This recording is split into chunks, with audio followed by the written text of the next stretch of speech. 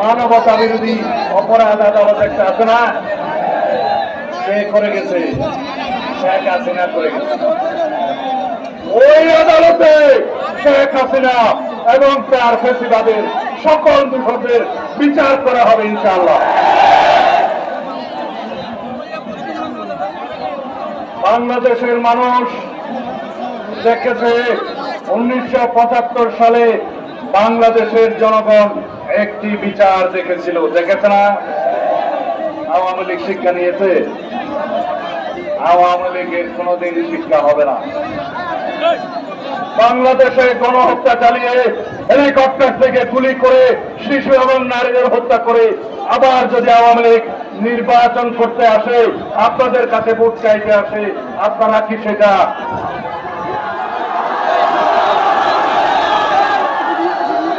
বাংলাদেশের জনগণ সেটা হতে দেবে না।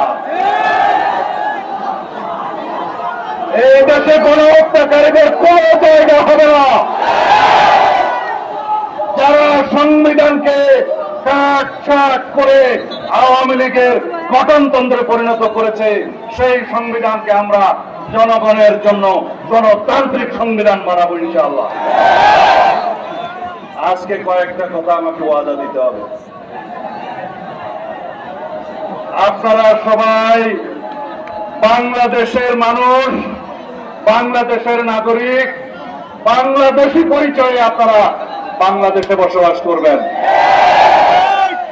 আমরা কেউ হিন্দু, মুসলমান, বৌদ্ধ, খ্রিস্টান কাউকে ভেদাভেদ করব না।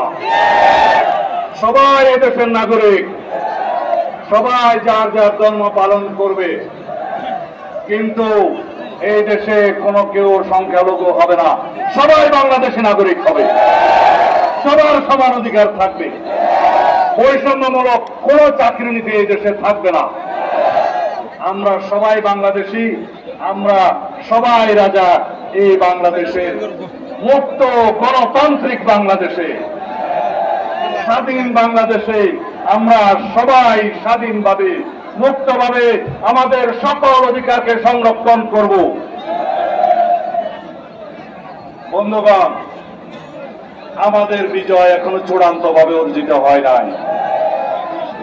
সেই দিন আমরা চূড়ান্ত বিজয় অর্জন করব যেই দিন এই দেশে গণতান্ত্রিক প্রক্রিয়ায় নির্বাচনের মধ্য দিয়ে একটি রাজনৈতিক সরকার প্রতিষ্ঠা হবে।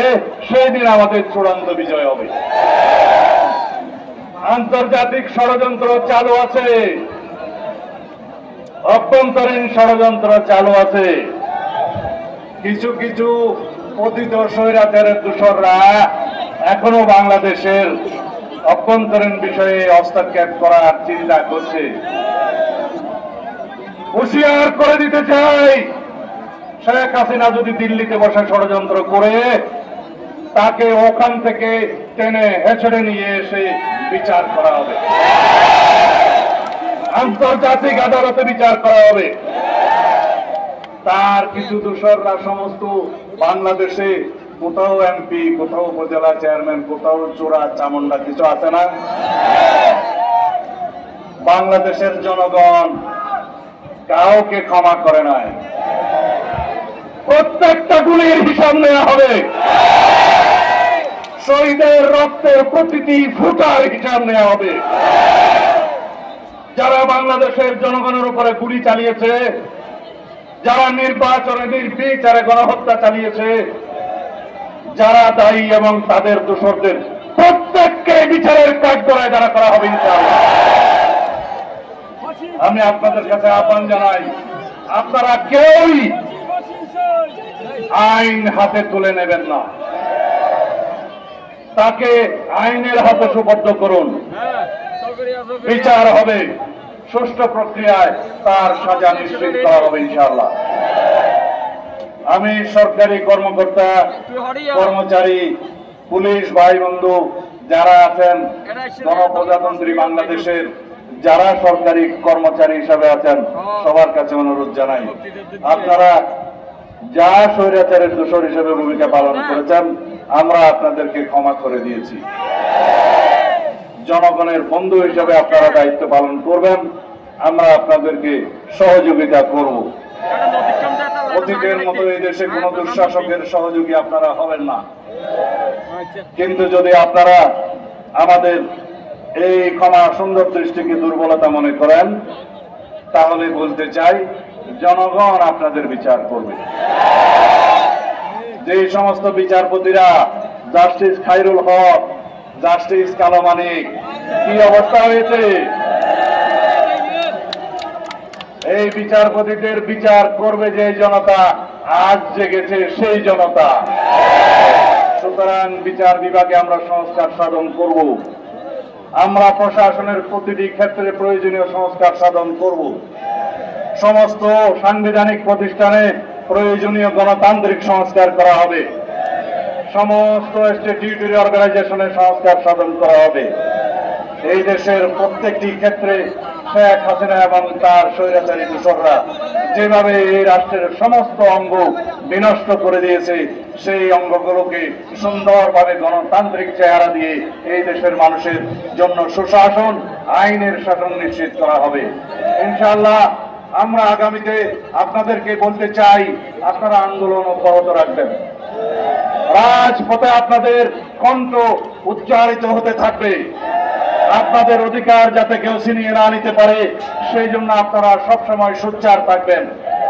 ভবিষ্যতের সরকারও যাতে স্বৈরাচারী না হয়ে উঠতে পারে, সেই জন্য আপনারা আপনাদের অধিকারের বিষয়ে সব সময় সোচ্চার থাকবেন।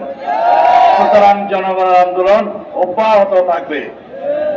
জনগণের রাজপথের আন্দোলন অব্যাহত রাখতে হবে, এই জন্য যে এখনো আওয়ামী বাকশালীদের ষড়যন্ত্র শেষ হয় নাই। আপনাদের আহ্বান জানাই, সকল সময়ে সেই সমস্ত ষড়যন্ত্রকে বিনষ্ট করার জন্য প্রতি মুহূর্তে আপনারা সজাগ থাকবেন। যেই দিন গণতান্ত্রিক প্রক্রিয়ার মধ্য দিয়ে জনগণের নির্বাচিত একটি সরকার সংসদে বসবে, সেদিন আমাদের প্রাথমিক বিজয় হবে। জনগণের অধিকার যাতে আমরা সমুন্নত রাখতে পারি, সেজন্য যাতে আমরা সব সময় সংগ্রামে লিপ্ত থাকতে পারি, সেজন্য আমাদেরকে প্রস্তুত থাকতে হবে। আমি আজকে আরো একটি জায়গায় আমাকে যেতে হবে, পেকুয়াতে যেতে হবে। ওখানে আমাদের পেকুয়াবাসী অপেক্ষা করছে। আপনারা যদি অনুমতি দেন, আমি আপনাদের অনুমতি নিয়ে রওনা হতে পারি। দেখা হবে ইনশাআল্লাহ। আমি আজকে জীবিত, আমি আপনাদের সামনে আজকে জীবিত থেকে কথা বলছি। আমি জীবনে চিন্তা করি না আমি বেঁচে থাকবো। আমার দুইটি কথা শুনেন ভাই বন্ধুগণ, আমার দুটি কথা শুনেন। আমি যখন শেখ হাসিনার মৃত্যু কোপে অন্ধকার গুহায় প্রতি মুহূর্তে মৃত্যুর প্রহর গুনছিলাম, তখন আমার হৃদয়ে ছিল ইচ্ছে করিয়াকে গোয়াবাসী।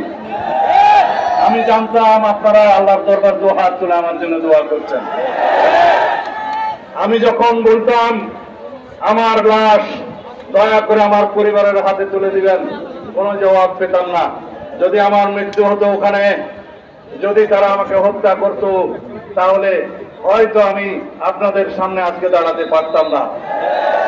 আল্লাহ রাব্বুল আলামিনের ফয়সালা উত্তম ফয়সালা। আল্লাহর দরবারে অশ্রু সজল নয়নে প্রার্থনা করতাম, ইয়া আল্লাহ, তুমি কি আমার কবর আমার ওয়ারিসদেরকে দেখাবে না? আমার কি বাংলাদেশের মাটিতে জানাজা হবে না? আল্লাহ রাব্বুল আলামিন কবুল করেছেন আপনাদের দোয়ায়। আল্লাহ রাব্বুল আলামিন আমার জীবন ফিরিয়ে দিয়েছেন।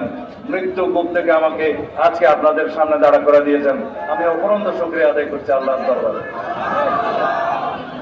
সুতরাং আরো অনেক কাজ বাকি আছে। আল্লাহর হুকুম আছে, আল্লাহ আমাকে জিন্দা রেখেছে বাংলাদেশের মানুষের সেবার জন্য। আরো অনেক কাজ বাকি আছে। আপনারা দোয়া করবেন। দেখা হবে আপনাদের সাথে। আল্লাহ হাফেজ। বাংলাদেশ জিন্দাবাদ। নসরুম মিনাল্লাহ ওয়া ফাতুল করিম।